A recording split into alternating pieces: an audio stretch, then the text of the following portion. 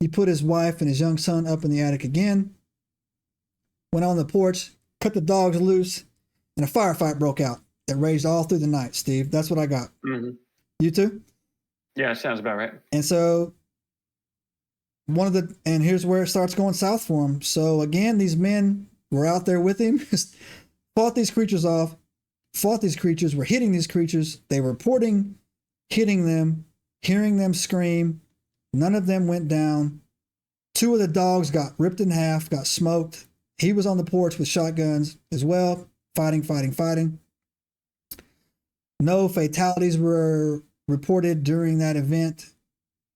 And at the end of the morning, these guys said, "You don't pay me enough for this," and they all left as well, right? Except this time he decided, you know what? I need to regroup a little bit. Yeah. He takes his wife and his kids and he leaves, right? They get out of there. Yep. That probably lasted 3 days longer than I would have stayed. Yeah. But hey, you know what I'm saying? You know what I'm saying? Mm-hmm. I don't know. I mean, like, Edward really wanted this ranch. And so, again, man, I give him props to it. So they leave for a while. He didn't really say how many days he was gone, though, but he decided that he needed to head back to his house and get some things. Their plan was, I guess they came to the determination that they were going to sell this property and he needed the deed, right? Yeah, I have down that they were gone for a whole month. Okay. They were out,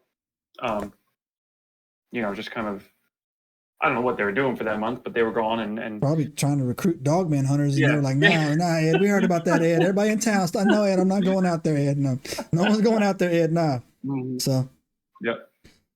Had to go back to the house. He wanted to get some belongings. Most importantly, he wanted to get the deed so he could sell the property.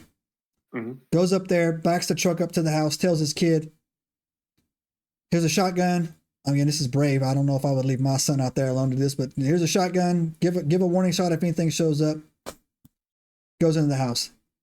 Kid's out there, and he reports again. This is where his son, Junior, reported that up on the ridge, they'd been there for about 10 minutes, and that gray wolf shows back up again. The gray wolf man shows up again. Mm-hmm. And that's where it's the first time that where I could see where they stated that this thing is kind of the leader of this pack, right? You got that as well? Yeah, they kept referring to the leader as the gray one, the gray wolf. Yeah, so, the gray one, right? So kid doesn't do what daddy says. He freaks out, runs back in the house. And when he goes back in the house, what he sees is that his whole entire house had been basically ransacked, man. Something that they had gotten into the house and they just smoked it, right? Mm-hmm.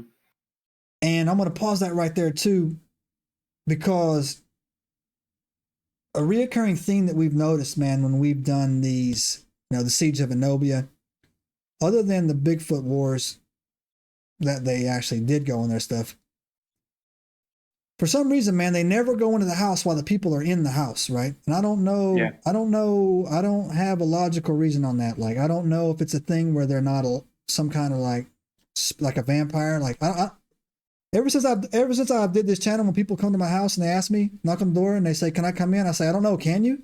Right? I don't invite them in anymore. Like, I don't know. Can you? And I just see their reaction, right? Like, well, you could be, well, I don't even know what you are, bro. So I'm like, I'm not inviting you in, right? So Enigmites, that's how you answer your door from now on.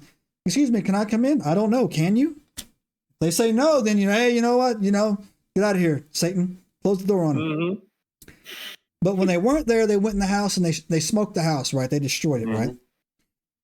And I think that this is when, in my opinion, the Dogman messed up, right?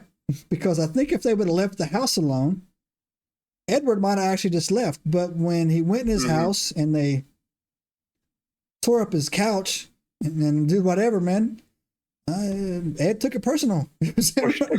I pushed him over the edge. Pushed him over the edge, man. He's like, "All right, you mother truckers, we're going to, you want to street fight? We'll street fight." So then, so Ed gathers up his kid, jumps back in the truck, and he decides, you know what? We ain't selling this place, right?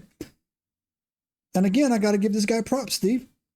He, from what I understood, he went back into town, sold 100 acres of his property, right? Like a fair. That's why I know he had more than 100 plus.